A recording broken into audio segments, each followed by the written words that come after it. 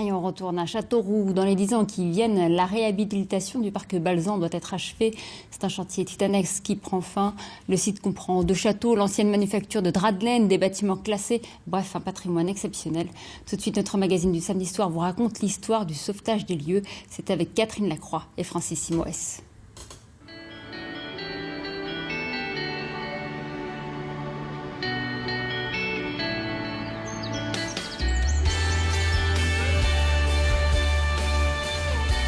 C'est un poumon vert dans la ville. Une grande page de l'histoire économique de Châteauroux s'est déroulée là. Dédié aux manufactures de draps, le parc Balzan s'étend sur 49 hectares le long de l'Indre. Il renferme des bâtiments témoins de la splendeur passée d'une famille, les Balzan, auxquels son histoire est intimement liée. Mais il est aussi depuis 20 ans un quartier en forte mutation qui abrite l'éco-campus de Châteauroux.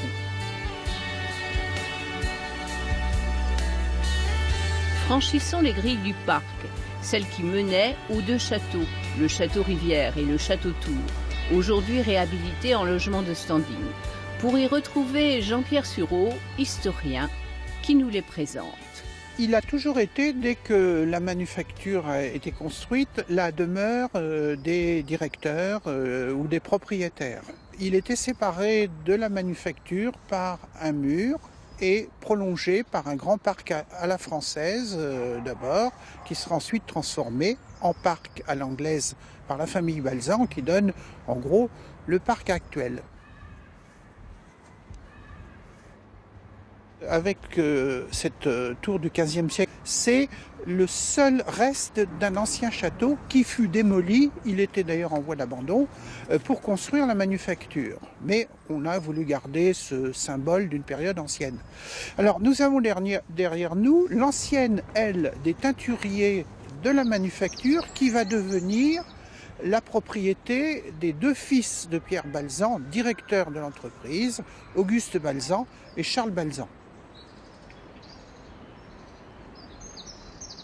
Les 2 fils, friands de style néo-gothique, feront adjoindre maints embellissements au bâtiment initial qui auparavant ressemblait à celui qui lui fait face, l'aile des Tisserands.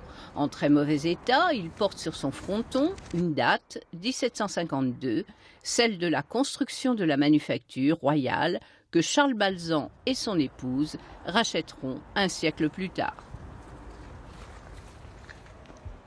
Quand ils arrivent, la situation de la manufacture a bien changé depuis le départ, puisque la première aile dite des Tisserands a été vendue en 1818 à l'armée, qui a fait construire un bâtiment supplémentaire, qui est dans l'esprit de la manufacture, mais plus grand.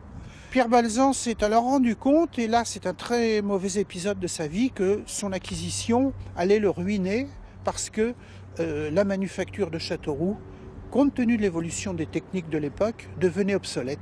Ses fils vont le persuader de construire, il en avait les moyens financiers et le soutien bancaire, une usine toute neuve qui sera le magnifique projet que réalisera l'architecte Alfred d'Auvergne. La maquette de la manufacture, imaginée par Alfred d'Auvergne, longtemps conservée dans le bureau directorial, montre la magnificence du projet. Richard Balzan y aurait dépensé 3 millions de francs, à rapprocher des 1000 francs de salaire annuel des ouvriers qui y travaillaient alors. Les archives municipales ont aussi des témoignages photographiques des ateliers et des machines de l'époque. Donc là, c'est le premier album, c'est les photos les plus anciennes que l'on a de la manufacture Balzan, avec un reportage photo qui a été fait par Placide Verdeau. C'est un photographe important de Châteauroux, qui a été notamment le dernier portraitiste de George Sand. Et là, on voit que l'état des machines est presque neuf. On voit toute une machinerie en très bon état. Ce sont des clichés d'à peu près On est 20 époque ans, 1883, donc on a à peu près une vingtaine d'années après l'ouverture de la manufacture. Et on a un autre reportage photo qui a été réalisé pour les 50 ans de l'entreprise en 1910 par un autre photographe. donc Jules Dorsan, où là, le parti pris du photographe est de montrer d'abord une vue générale du site, de l'entreprise, et de décliner son reportage pour expliquer, depuis l'arrivée des laines, tout le processus de fabrication du drap, atelier par atelier. Au plus fort de la production, on était à 1500 personnes. Donc c'est quand même une des grandes manufactures de France. Hein. La plus moderne ? Sans doute, oui. En 1860, lorsqu'on crée cette entreprise nouvelle, on est dans ce qu'il y a de mieux à l'époque. Hein. Il aura fallu à peine plus d'un siècle pour que l'usine flambant neuve devienne à son tour obsolète. Les bâtiments s'adaptant mal aux modifications des stratégies industrielles, une nouvelle usine est construite à la campagne, sonnant le glas de l'histoire industrielle du site, qui vit la naissance du fameux bleu horizon, le drap utilisé par les armées françaises pendant la Grande Guerre. Pendant près de 30 ans, le site restera en déshérence. Vendu à la ville de Châteauroux en 1988, le parc, ses dépendances, les châteaux, les ateliers de part et d'autre du bâtiment de l'horloge vont devoir trouver de nouvelles utilisations.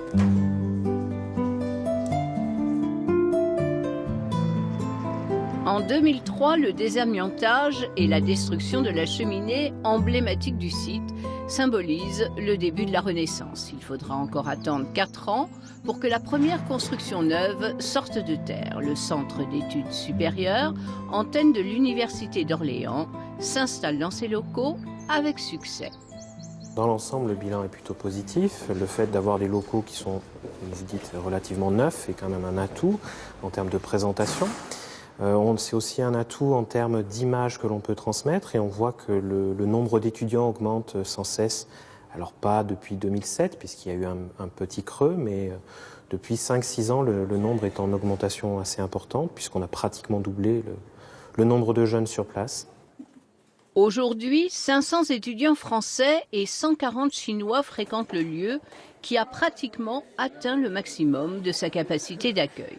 Premier établissement de l'éco-campus, le CES voit 4 ans plus tard sortir de terre, en lieu et place d'une partie des anciens bâtiments restaurés et intégrés, une nouvelle école d'ingénieurs voulue par la Chambre de commerce et d'industrie.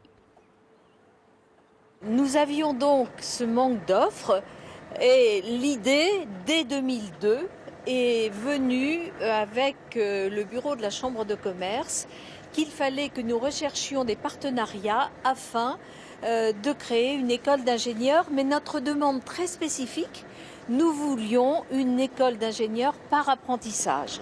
Nous avons regroupé toutes les formations supérieures que nous avions à la Chambre de commerce.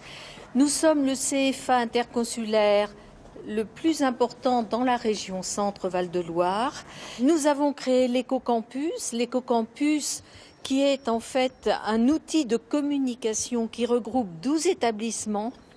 Nous offrons 47 diplômes et nous avons 2300 étudiants.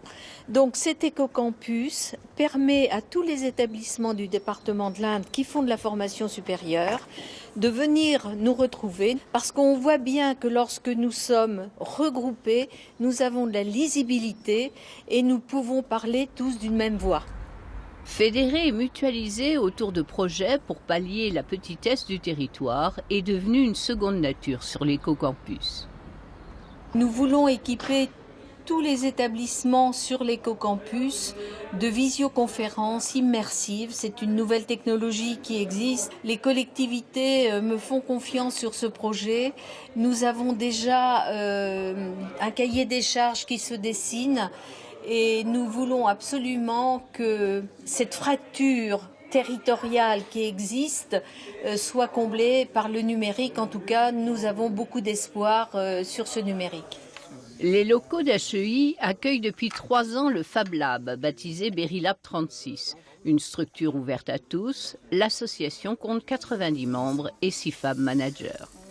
On a évidemment les étudiants qui pratiquent et mettent en pratique leurs connaissances dans cet atelier. On a des gens qui viennent le soir pour développer des pièces, pour comprendre comment marchent les imprimantes 3D, la fonction du numérique dans ces domaines-là. On va progresser encore dans le niveau d'équipement de cette association en ouvrant un Tech Lab avec des machines beaucoup plus importantes qui vont permettre de faire des pièces beaucoup plus grandes et qui permettent à des entreprises de venir tester leurs produits. Donc on s'inscrit dans les programmes de l'usine du futur et des programmes d'innovation que l'on met en place avec le Conseil régional Centre-Val de Loire. Dans les prochaines années, le rôle de pôle d'enseignement, de formation et de développement du numérique du parc Balzan devrait encore s'accentuer. Nouvelle réalisation qui débute, la Cité du numérique, qui permettra de redonner au bâtiment de l'horloge une seconde vie. L'objectif de l'opération, c'est d'installer ici, sur l'éco-campus, tout un tas d'activités, d'équipements qui viennent compléter le centre de formation, le campus de la Chambre de commerce et d'industrie, le centre d'études supérieures de l'Université d'Orléans, avec des activités annexes, donc un centre aquatique Balzanéo, et ici, derrière moi, dans le bâtiment qu'on appelle le pavillon de l'horloge, une cité du numérique qui accueillera une pépinière d'entreprises développée sous le label Village by CA par le Crédit Agricole, et un amphithéâtre, un auditorium de 400 places qui lui servira à l'ensemble des sites et des établissements d'enseignement de l'éco-campus. Livraison prévue fin 2019, premier trimestre 2020. Mais les ambitions pour la dynamisation du parc Balzan ne s'arrêtent pas là. D'autres réalisations vont s'enchaîner au cours des prochaines années. Quand nous aurons fini la réalisation de la Cité du numérique, nous aurons fait à peu près les 2/3 de l'usine Balzan. Il nous restera un tiers dans lequel s'installera après 2020 l'école d'infirmières, l'IFSI, l'Institut de formation aux soins infirmiers, plus 2 maisons de maîtres sur lesquelles nous cherchons une vocation et plutôt un porteur de projet et où nous verrions bien une activité dans le domaine de l'hôtellerie et de la restauration. Voilà, plutôt haut de gamme dans un environnement qui s'y prête. Il aura fallu aux municipalités qui se sont succédées une réelle volonté de transformer le quartier Balzan pour le faire entrer de plein pied dans le XXIe siècle. Il y a déjà 30 ans que la ville de Châteauroux est propriétaire de ce site. Les projets ont mis du temps à arriver, mais les opérations étaient lourdes. Il fallait déjà désamianter, mettre en sécurité, trouver la vocation, investir de l'argent, beaucoup d'argent, trouver des aides. Rien que l'école d'ingénieurs a coûté près de 15 millions d'euros. La Cité du numérique va coûter aux environs de 6,5 millions d'euros. Et à chaque fois, c'est beaucoup de travail en amont, beaucoup de fonds à mobiliser. Aujourd'hui, on estime encore à une dizaine d'années le temps nécessaire pour qu'on puisse réhabiliter l'ensemble du site.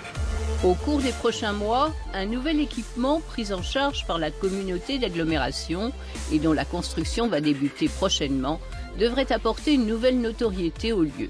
Balzanéo, le centre aquatique, va en effet s'installer à proximité du campus. L'écoquartier voulu est résolument tourné vers la jeunesse et l'entreprise, mais loisirs et détente font aussi partie de l'ADN du lieu. Ici, visiteurs, étudiants, habitants du quartier et promeneurs s'y côtoient. Chacun y trouve sa place et ce n'est pas le moindre mérite de cette vaste réhabilitation. Voilà pour l'information dans votre